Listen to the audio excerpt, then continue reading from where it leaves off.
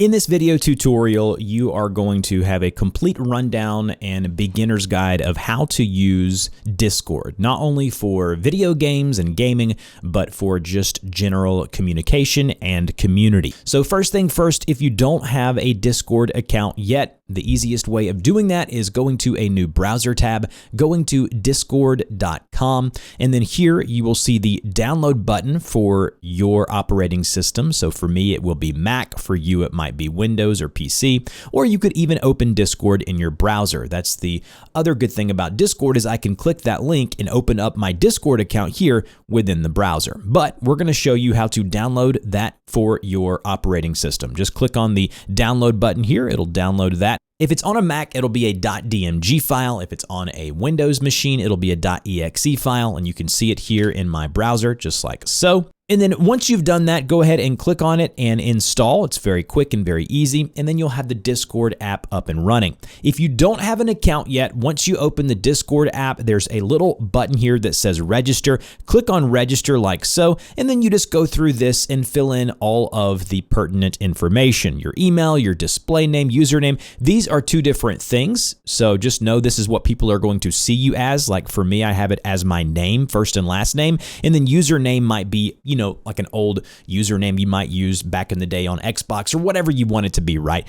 They can be numbers, letters, underscores, things of that nature. And then type in a password of your choice, your date of birth, and then create an account. It will then ask you to verify. So whatever email you used here, you'll have to click the link in your email to log into Discord. When you log into Discord on a desktop, you can either choose to use the QR code to scan with your mobile device to make it easier, or you can just type in your email and password. Once you log in, this is what you will be presented with. You'll see your friends here. You'll have 0. You'll see message requests. And over on the side over here, this is going to be where your servers are. So as you can see, I have a multitude of servers. Some of them are outside of a folder, and then others are in a folder, as you can see here. On the lower left-hand corner, you will see my username as well as my display name right here. And then you have a couple of things to the right of that I'll talk about here shortly. The first thing you want to do after you create your account is you want to go ahead and add a profile picture and some information about yourself. So what you'd want to do is go right here where you see your username, click on that and go to edit profile.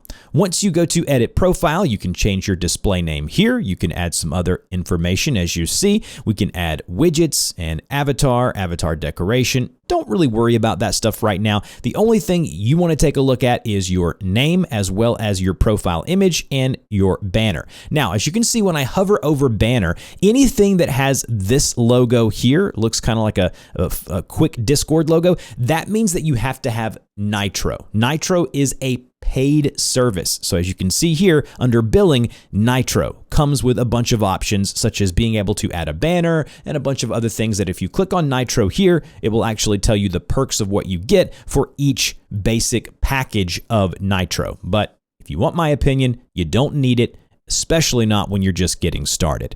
But everything that you see here, like nameplate, things of that nature, there are things that are going to be locked that you have to add. You can unlock certain things by playing games of that nature, but anything with a lock on it, like you see here, if I click on it, you can add that by going to the shop and paying real money. But honestly, to utilize this as a communication tool for gaming or not, you don't need to do any of that.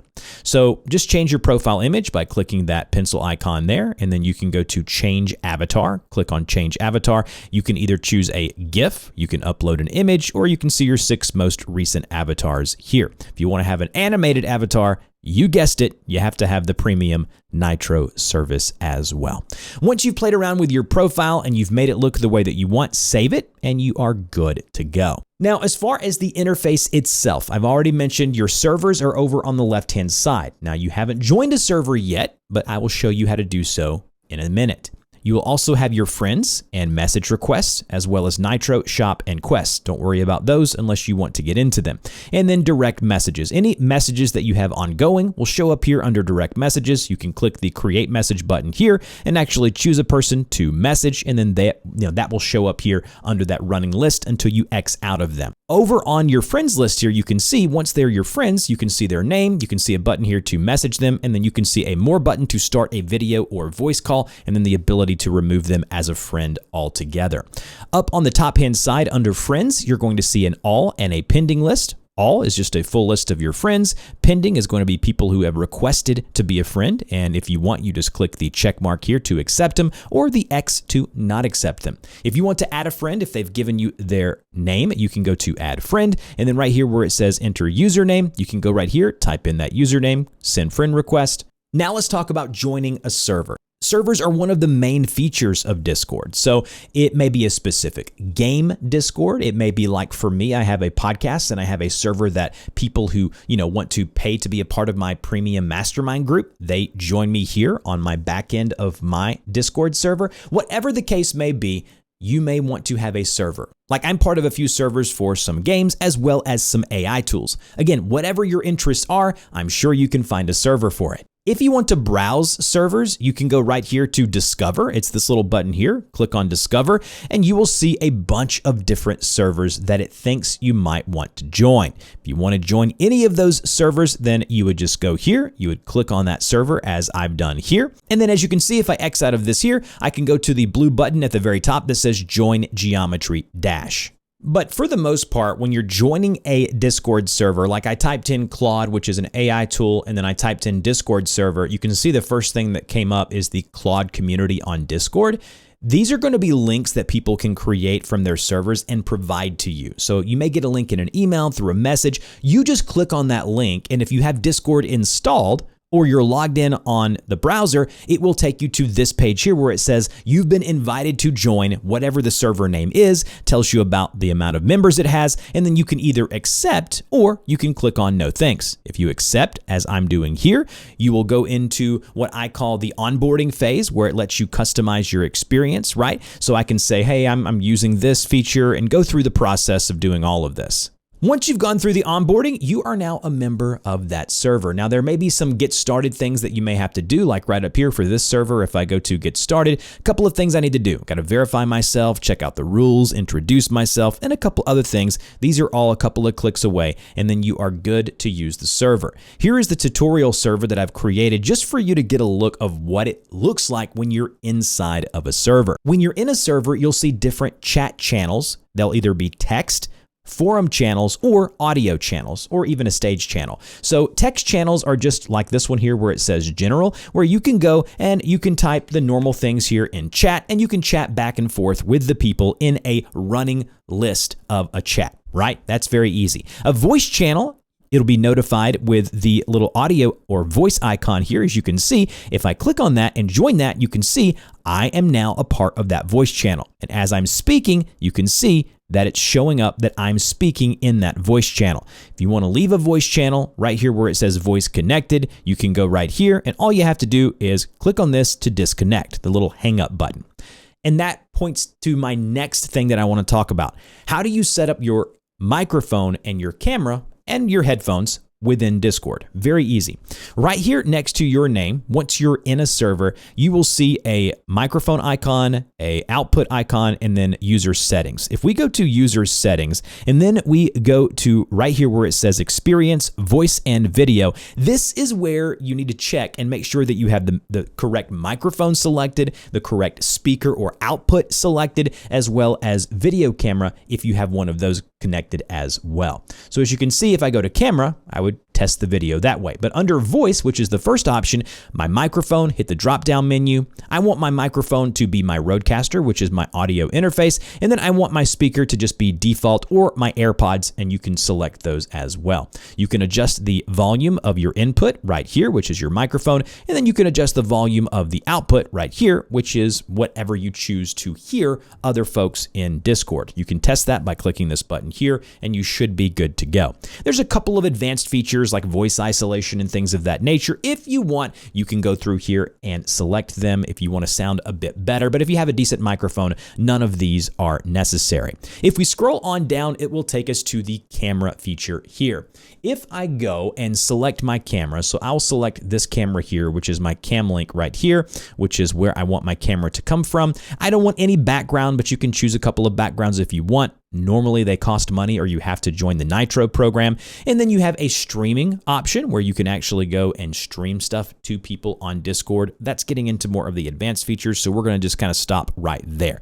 So that's how you set up your audio and video settings in Discord. And now when you're back into a server and you join an audio channel or a voice channel, you should be able to speak, or you get on a voice call and you should be able to speak and be good to go. Now, how do you leave a server? So if I'm part of the server we just joined, I can go up here in the upper left-hand corner, click on that server, and then just go to Leave Server. When I do that, it's going to give me a confirmation. I click that, and I'll be absolutely gone from that specific server.